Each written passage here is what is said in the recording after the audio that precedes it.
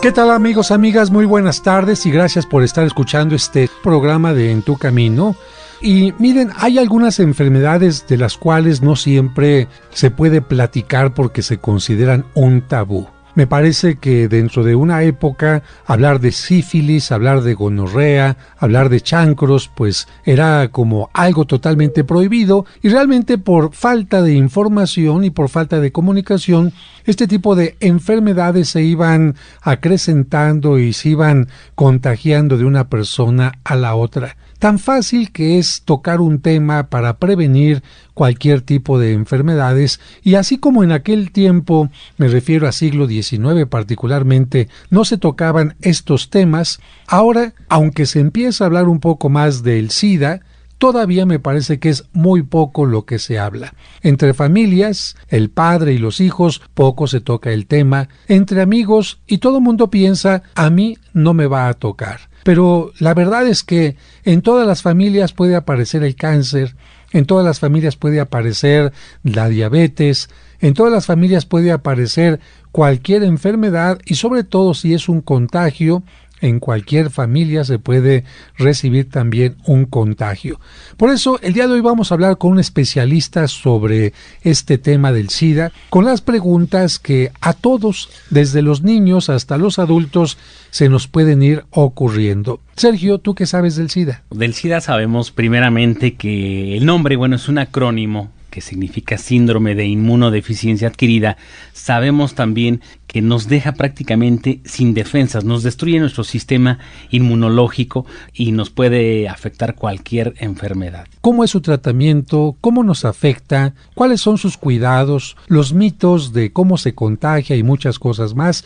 Y en este momento doy la bienvenida a nuestro invitado del día de hoy, que es el doctor Florentino Badial Hernández, epidemiólogo clínico del programa del VIH-Sida de la Ciudad de México. ¿Qué tal, doctor? ¿Cómo estás? Muy buenas tardes. Hola, ¿qué tal? Muy bien, buenas tardes. Saludos a todos los radioescuchas. Bienvenido a este programa. Mira, vamos a tratar de hablarles con palitos y bolitas a todo nuestro auditorio, y si te parece, yo te voy a ir preguntando así, parte por parte, y de esta manera vamos avanzando como de lo menos a lo más. Para comenzar, aunque Sergio ya ha comentado algo, ¿qué es el SIDA? Sí, empezamos así con lo más básico. El SIDA es una enfermedad causada por un virus. Este virus, conocido como VIH o virus de la inmunodeficiencia humana, es en efecto un virus que ataca el sistema inmunológico, en especial ciertas partes del sistema inmunológico, y va destruyendo estas células, y hasta que la persona tiene unas defensas tan bajas que puede presentar enfermedades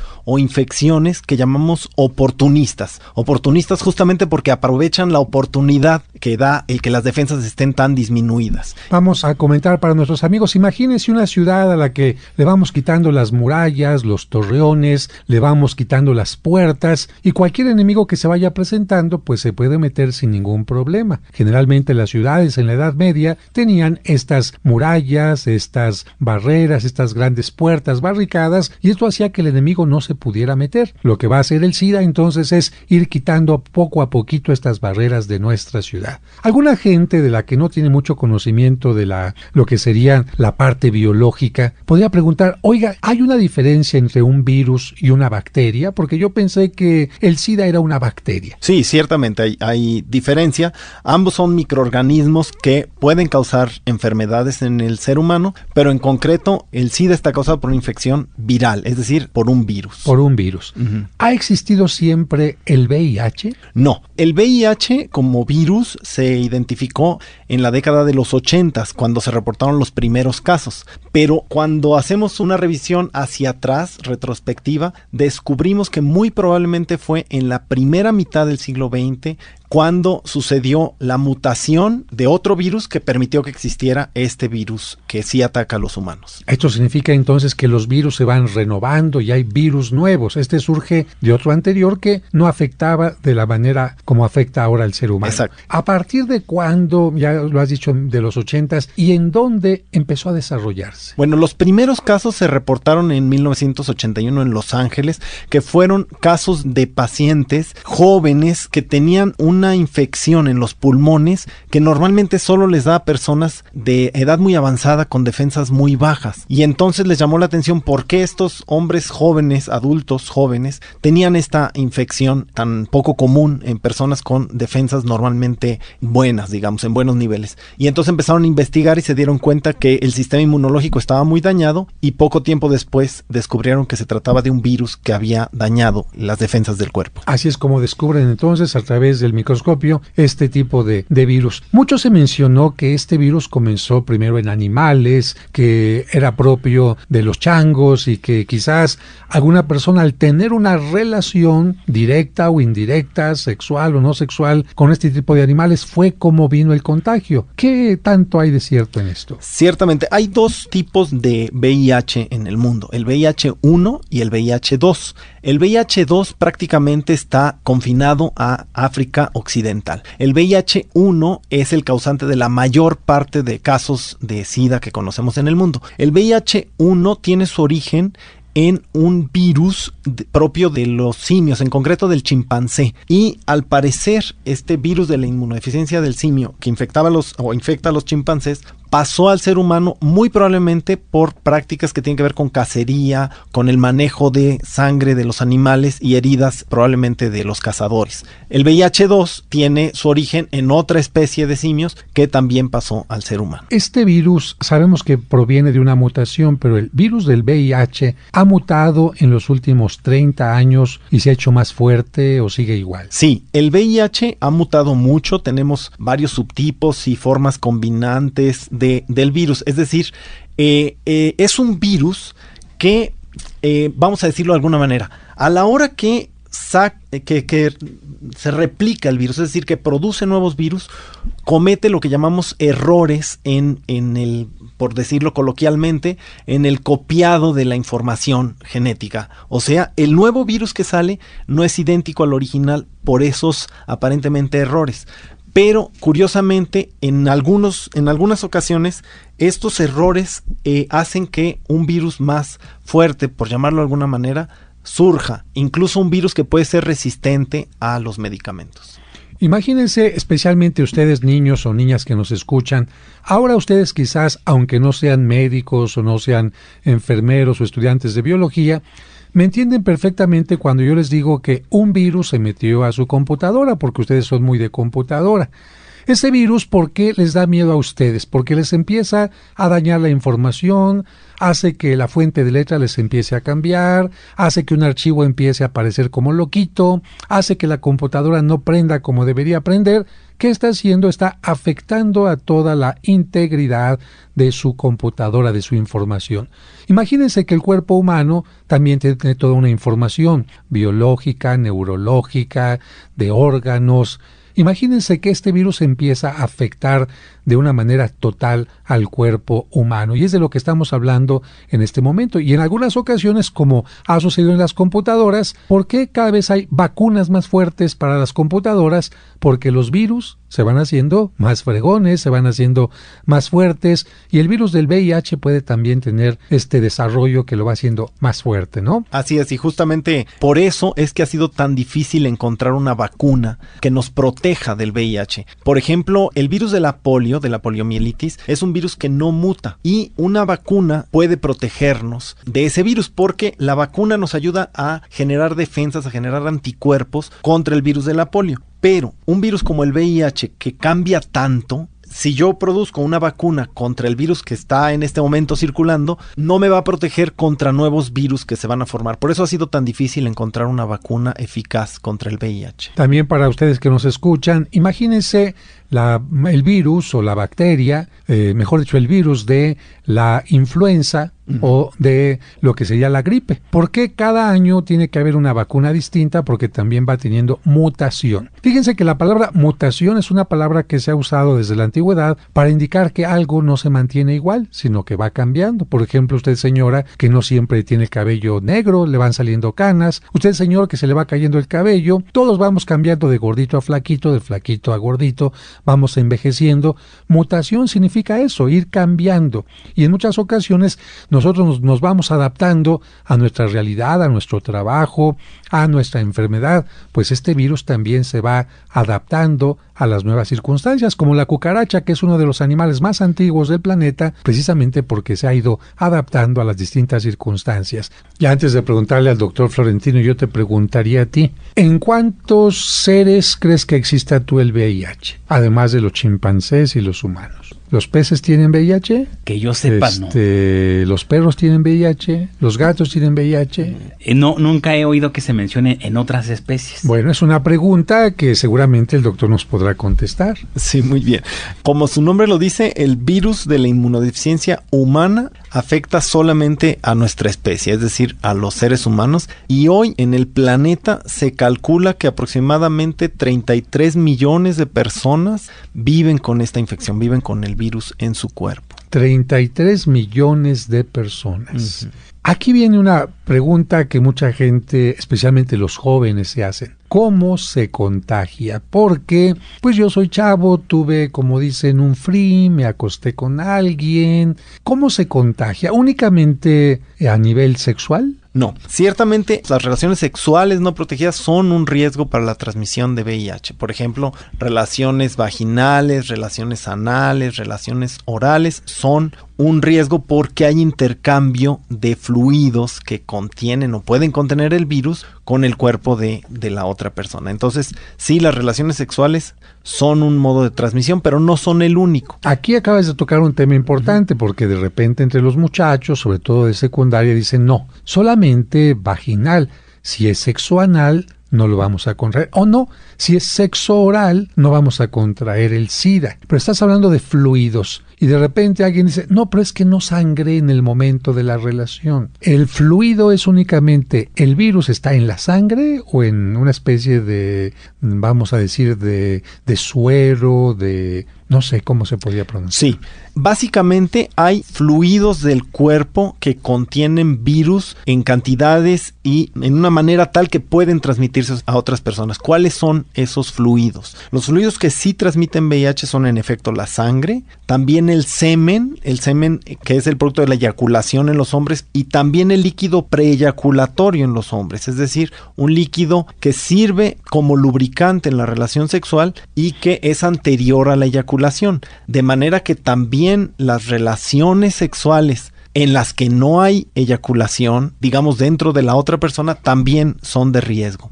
Otro de los fluidos son las secreciones vaginales de la mujer. Esos también pueden contener VIH en caso de que la persona lo tenga y entonces ser un fluido que lo transporta.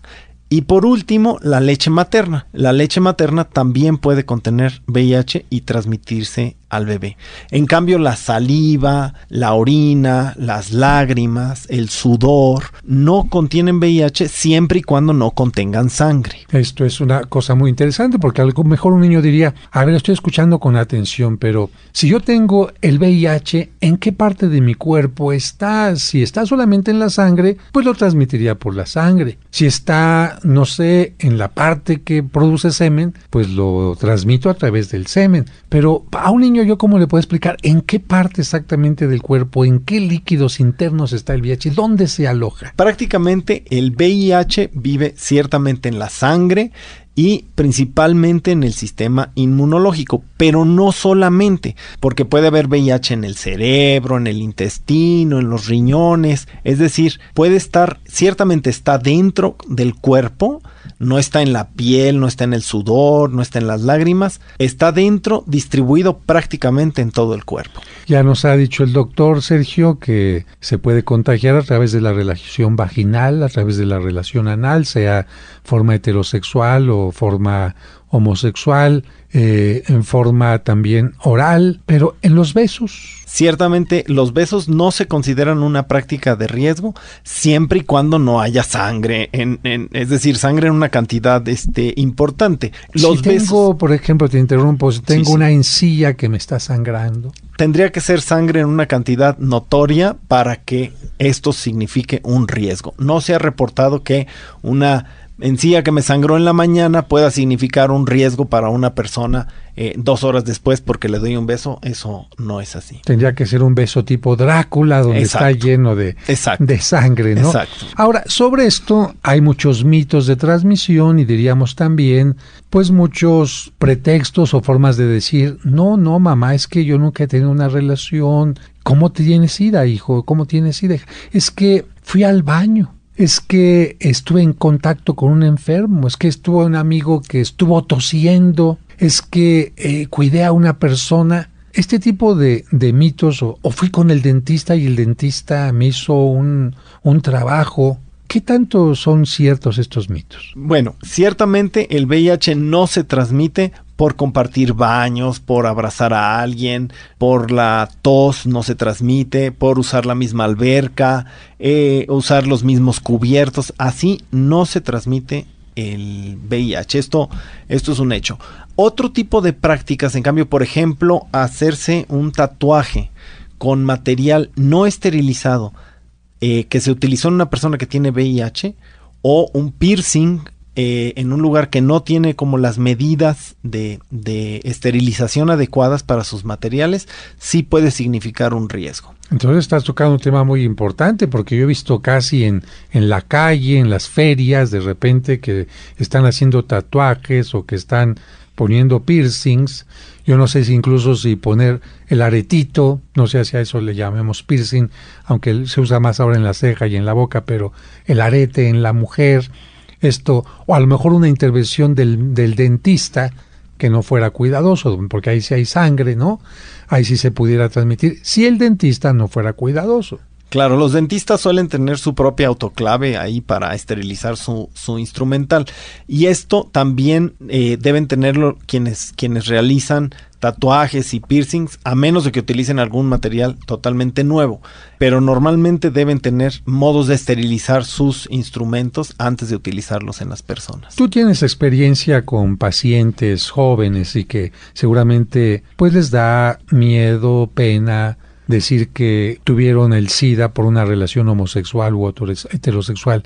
¿Qué es lo que acostumbran decir los jóvenes de cómo se contagiaron? Ciertamente, yo diría, cada vez hay una mayor aceptación de alguna manera para poder hablar de estas cosas y decir, en efecto, yo contraje el VIH en una relación sexual, etcétera.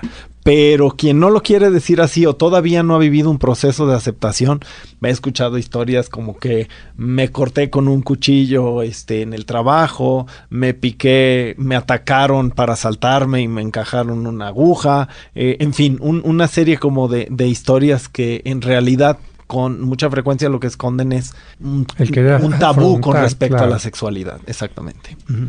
Doctor Florentino, bueno, en los medios se nos habla mucho de el condón como para prevenir esta infección del SIDA. ¿Es suficiente el uso del condón? Es decir, ¿hay algún condón que tenga mayor riesgo o mayor seguridad? ¿Sí funciona realmente?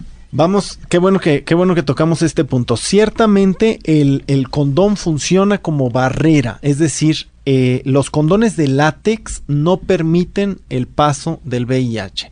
El asunto con el condón es que hay que usarlo bien. Es decir, claro, las fallas del condón tienen que ver con un mal uso, con no saber usarlo o con que se rompe el condón. Y se puede romper por muchas razones. Por ejemplo, gente que usa lubricantes hechos a base de petróleo, de aceites, esos pueden romper el condón y entonces está el riesgo, ¿no? O sea, te interrumpo porque claro, a veces la gente no entiende petróleo. Es aquellos muchachos que utilizan el condón con vaselina. Con vaselina. Así de plano, la vaselina rompe el condón. Así es. Y entonces evidentemente no funciona. A veces lo utilizan como lubricante y no se dan cuenta que están utilizando la propia arma para que el condón se destruya, ¿no? Así es, sí, hay que usar el lubricante a base de agua que de hecho se venden en las farmacias y en estos lugares donde se venden condones, etcétera. Uh-huh. Hay algunas personas que dicen, no, es que la vaselina, como todo se les resbala, me pongo yo vaselina y ya no entró el VIH. No, bueno, ciertamente la vaselina destruye o favorece que el condón se rompa y no es recomendable utilizar vaselina en las relaciones sexuales. Y la vaselina como tal no es barrera protectora. No lo es, exacto. Bien. Ahora, hay algunas personas que dicen que el condón tiene unos poros, hay algunos que tienen unos poros muy amplios y el virus es muy pequeñito. ¿Ha visto alguna vez un condón a través de un microscopio? ¿Usted sabe de qué están hechos? Porque a veces también hay muchos mitos sobre esto del condón. Y yo no estoy diciendo que lo recomiendo como una cuestión normal, pero como dice el mago Frank en una de sus obras de teatro, dice, bueno, mira, si no vas a tener abstención, si vas a tener una relación sexual, pues por lo menos trata de que esta relación no tenga consecuencias adversas, como un embarazo, como un contagio, no solamente de SIDA, sino de otras enfermedades que también son muy frecuentes ahora y que no han desaparecido del todo.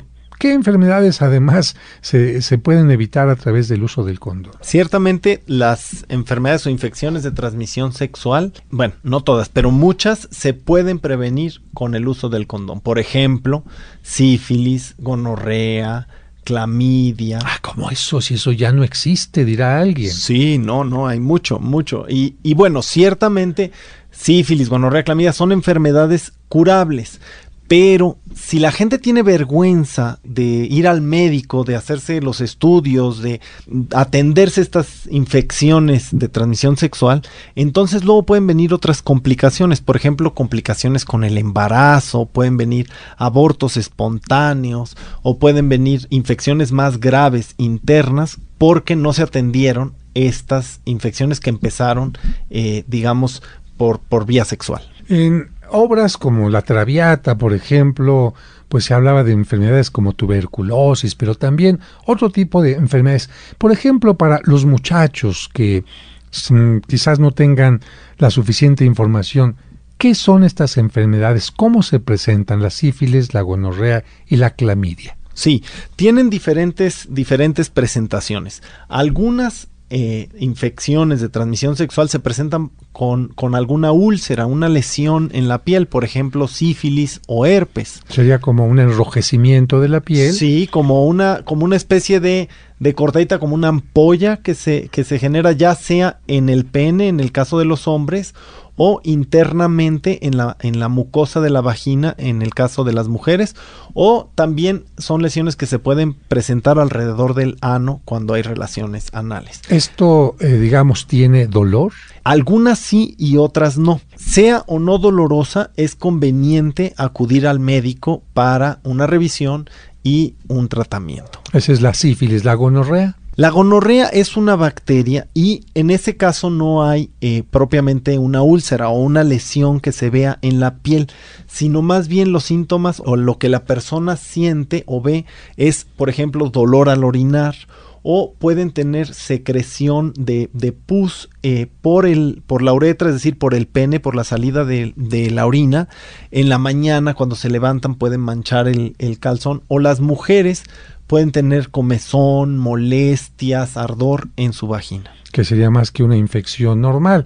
Imagino al momento que hablas de pus, esto tendrá que tener un mal olor. Sí, pero no siempre la persona lo percibe. Por ejemplo, en el caso del flujo vaginal, o sea, las secreciones de la mujer, es típico que tengan un mal olor, pero aunque la mujer no perciba el mal olor, si nota estas molestias o que el flujo cambió de color o aumentó en cantidad, es recomendable acudir al médico, sí. Muy bien. ¿Y la clamidia? Sí, la clamidia también es otra infección que causa esta inflamación de la uretra y secreciones a nivel del pene o de la vagina que requieren pues también de un tratamiento médico, antibióticos. Yo diría, mire, así como cuando en la boca le aparece una especie de herpes, empieza a aparecerle, no sé, un cierto ardor en las encías, en el paladar o algo, empieza a tener un mal olor en la boca, esto está indicando que hay algo que está mal, algo que está medio podrido, medio echado a perder, pues también en las partes genitales sucede lo mismo, aunque no siempre ponemos la misma atención en esas partes porque pues van cubiertas, las cubro con el calzón y pues nadie me va a ver, pero esto puede tener resultados también bastante adversos. ¿Alguna persona puede morir por estas tres enfermedades que acaba de mencionar? Bueno, sí, en concreto Por ejemplo, la sífilis puede causar daño a nivel del sistema nervioso, de órganos internos. La gonorrea y la clamidia, en especial en las mujeres, pueden causar infecciones más internas de sus aparatos reproductores más internos e incluso de la pelvis, de la región interna del abdomen. Muy bien. No creo que se me ha olvidado, quedó la pregunta. El virus, Sergio, del VIH es más pequeñito que los poros del condón. ¿El condón tiene poros? ¿Tú qué opinas? Bueno, se supone que el látex, que es este material plástico con el que está hecho el condón, pues sí debe tener una microporosidad, me imagino, ¿no? Porque es un material que a lo mejor, bueno, yo pienso que no es exacto, totalmente cerrado, pero evita el paso de los espermatozoides, pero eso sucede mucho. La gente dice, bueno, ¿y el virus sí lo traspasa? No, ciertamente el látex tiene una característica, es impermeable al agua. Y hagan la prueba, es muy sencillo, incluso con un globo de fiesta de niños, que también es el mismo material, es látex. Si lo llenan de agua, el agua no se sale. De hecho, si se llenara de gotitas de agua afuera, no es agua que viene de dentro, sino es el vapor del ambiente que forma esas gotitas. Y el virus requiere de líquido para transportarse. Si el agua no pasa el látex, que además las moléculas de agua es de lo más pequeño que existe. O sea, mucho más pequeño que el virus en sí mismo, por supuesto. Si el agua no atraviesa el látex, con mucho menos razón, el virus en efecto no lo atraviesa. Me parece muy buena la explicación, así de sencillo. Ahora, alguna gente, porque oiga padre, se le olvidó preguntarle de algo que nos interesa mucho, especialmente a las mujeres, aunque no es el caso del VIH, pero del papiloma. Sí, el virus del papiloma humano, hay varios tipos de virus. Algunos causan enfermedades como el cáncer cervicouterino. Otros causan otro tipo de lesiones, por ejemplo los condilomas o lo que la gente conoce como mezquinos, etcétera. En fin, hay varios tipos. ¿Mezquinos en los genitales? Pueden suceder, pero también en la piel puede haber en cualquier parte del cuerpo. Exactamente, no solo se transmite por vía sexual, aunque por vía sexual en especial a causa del cáncer que puede provocar ciertos tipos de virus de papiloma humano, pues tiene una mayor importancia, por supuesto, unas mayores consecuencias. Y en efecto se transmite por relaciones sexuales. Aquí muchas personas dicen que ya no se cura nunca el papiloma. Bueno, en efecto es cierto que se necesitan de ciertos procedimientos, incluso a veces quirúrgicos, como por ejemplo quemar las lesiones, o a veces incluso cuando ya provocó un tumor o algo así, pues hay que retirar la parte de la matriz que está afectada, o a veces incluso toda la matriz. Y en esos casos, pues sí podemos hablar de una curación, pero obviamente es una cosa demasiado radical. En efecto, las personas o las mujeres que tienen VPH necesitan mantener una vigilancia permanente. Pero afortunadamente existe ahora una vacuna contra el papiloma, ¿no? Sí, que funciona cuando la mujer se lo aplica. Bueno, también se podría aplicar en hombres, pero se aplica cuando se aplica antes de que la persona se haya infectado. En ese caso, sí la protege. Por eso se recomienda aplicar antes de que las personas empiecen su vida sexual, o sea, cuando están antes de la pubertad, etcétera. En la infancia. Fíjate, sí. Sergio, qué interesante que una mamá piense, le voy a poner la vacuna a mi hija para lo del papiloma. Y es una vacuna para mujeres, para hombres no. No, se podría poner en hombres. Se podría poner en hombres para proteger a sus parejas. O sea, proteges al hombre y entonces proteges a sus futuras parejas. ¿Lo pueden transmitir los dos o solamente lo transmite el hombre o la mujer? Sí, es decir, se lo puede transmitir el hombre a la mujer, pero también se lo puede transmitir el hombre a otro hombre, etcétera. Uh-huh. Pues interesante, son vacunas que antes no se pensarían, pero que de una u otra manera se está pensando en, mira hijo, no sé con quién te vaya a tocar, mira hija, no sé con quién te vaya a tocar, porque pues a veces uno piensa que la persona con la que se va a casar es una persona que ha sido siempre fiel, y a lo mejor resulta que el primer regalo en la luna de miel es el contagio del papiloma, ¿no? Puede ser, sí. Entonces, hasta ahora hemos preguntado qué es, las formas de contagio, y hemos hablado también un poquito de la prevención, que evidentemente este programa es parte de la prevención, porque alguien diría solamente el condón. No, gran parte de la prevención es saber qué es Gran parte de la prevención es conocer las enfermedades para no caer en ellas. Pero aquí pasamos a un punto muy importante que a mucha gente le empieza a dar escalofríos.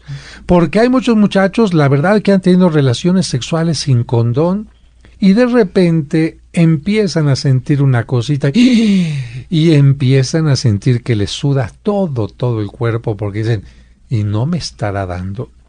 Entonces, ¿cuáles son los síntomas? ¿Ustedes saben cuáles son los síntomas cuando una persona tiene VIH?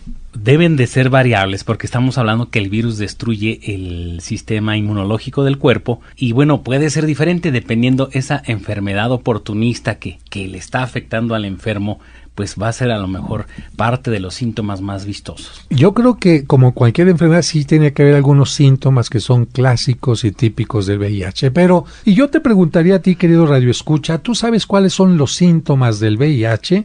¿Qué te parece si vamos viendo cuáles sí, cuáles no? Y que el doctor Florentino Badial nos vaya respondiendo. Sí, antes hay que saber que la infección por VIH tiene una etapa que le llamamos asintomática, es decir, que no tiene síntomas y que puede durar muchos años. ¿Cuántos años? En promedio entre 8 y 10 años, pueden ser menos, 5 años, pueden ser más. A veces hay personas que más de 15 años no tienen ningún síntoma. Ah, caray, esto me suena muy delicado porque me pongo a pensar un muchacho, una muchacha que son muy promiscuos y bueno, pues no me duele nada, no siento nada y sigo teniendo una relación con una persona y ya fueron con 2, con 3, en 5 años, en 6, en 7 y de repente aparecen los síntomas y a cuánta gente contagié. Exacto, sí. La fase que llamamos asintomática sí pueden transmitir el VIH, o sea, sí hay riesgo de transmitir el VIH aunque la persona no lo sepa.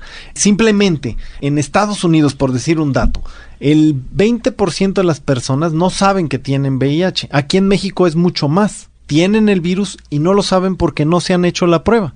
Y por no saber, solo ese 20%, ellos son responsables del 54% de las nuevas infecciones, porque no saben que tienen VIH. Por eso, lo más importante es que las personas pierdan el miedo a realizarse la prueba de VIH, que en concreto hay que hacerla pues en un lugar seguro, confidencial, con consejería, con orientación.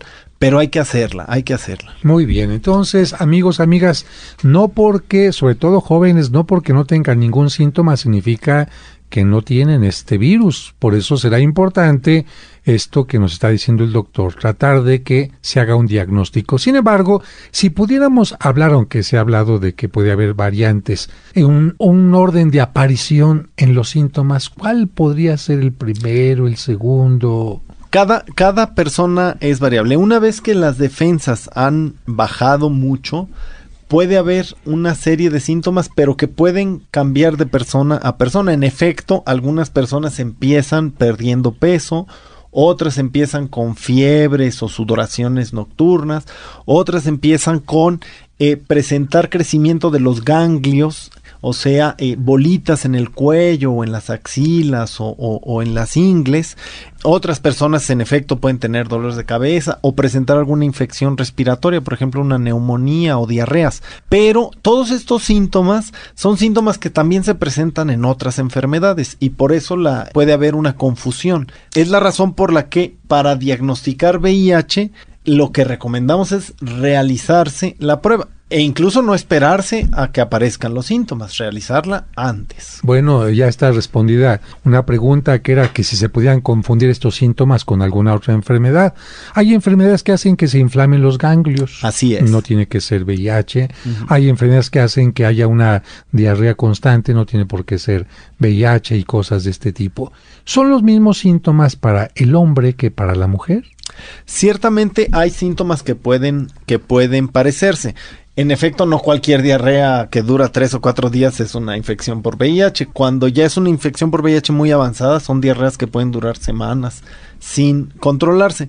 En las mujeres puede haber infecciones vaginales que se repiten y que son muy difíciles de curar, y eso ya puede ser un dato de que las defensas están disminuidas. También acabas de contestar otra pregunta, que era si el VIH se podía acompañar de otra enfermedad venérea. Definitivamente sí, y esto es de hecho muy frecuente. Esto habla de que, bueno, en la relación no se ha tenido cuidado ni siquiera de la higiene y tampoco, evidentemente, del contagio del VIH. Así que estamos en esta parte del programa, Sergio, donde estamos con los síntomas. Y aquí es donde, pues, mucha gente puede tener miedo o pueden añadirse también algunas otras cosas que tienen que ver más con mitos que con otra cosa. Una calentura nocturna también puede ser propiciada por otro tipo de infecciones. Generalmente cuando uno tiene una infección, no sé por qué razón, pero es en la tarde, noche cuando viene la calentura. ¿Por qué? Es lo más frecuente por los ritmos que tenemos en el organismo. ¿Será que el cuerpo está descansando? ¿Hay alguna razón en particular? Cada enfermedad tiene diferentes ciclos de presentación de la fiebre. Hay enfermedades que la fiebre se presenta un día sí y un día no. Hay enfermedades que la fiebre es más constante, y otras como la tuberculosis sí suelen presentarse más hacia la tarde o la noche. Doctor Florentino, ¿cuáles son los métodos más seguros para detectar el VIH? Estamos hablando de exámenes, y ¿hay algún error, hay, digamos, algún rango de error entre estos estudios? Sí, qué bueno que me preguntas. Ciertamente hay varios métodos para detectar el VIH. Hoy en día existen las pruebas rápidas que permiten un resultado inicial, le voy a decir inicial, en 10 a 15 minutos. Lo que es muy importante es hacerse estas pruebas en lugares que sean serios, que sean confiables, como en la Clínica Condesa o en los centros de salud, etcétera, porque hay pruebas rápidas que o son muy viejas o pueden estar caducadas. Hay que hacerlas en lugares confiables. Si esta prueba sale reactiva, es decir, que no le decimos positiva porque no hablamos de una infección por VIH todavía. Es una prueba que tenemos que confirmar con otras pruebas. ¿Esto es a lo que se llama la prueba de ELISA? No, la prueba de ELISA es una prueba que practicamos en sangre, y una vez que la prueba rápida sale reactiva, entonces tomamos una muestra de sangre de la vena para realizar la prueba de ELISA, que busca detectar anticuerpos contra el VIH, y cuando los detecta estamos hablando de una infección por VIH. Y después hacemos otra prueba confirmatoria para estar 100% seguros. Aquí sobre esto, qué bueno que tocas algo, porque también hay muchos muchachos, y qué bueno que lo hagan, van a la clínica, a los laboratorios, piden una prueba, no dirigida a ningún médico, ellos la quieren ver, y de repente aparece la palabra negativo, y significa, ¡ay! Ya lo tengo, o lo tengo positivo, y no saben cómo leerlo. ¿Qué es lo que tiene que decir el papel del médico para que una persona sepa que tiene el VIH? Bueno, en principio lo que yo diría es que cualquier resultado de laboratorio, y en especial este del VIH, conviene que alguien experto me ayude a interpretar el estudio.